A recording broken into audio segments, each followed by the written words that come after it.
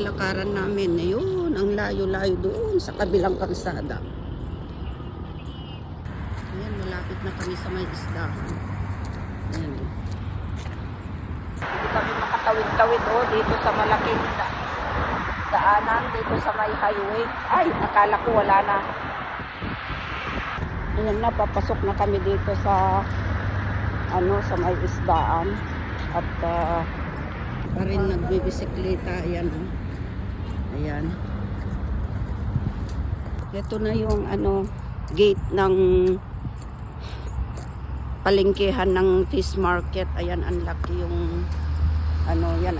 Ito yung pinakamalaking fish market dito sa Saudi Arabia. Ayan. Bagong bukas, wala pa yatang 1 taon. Ito yung pintuan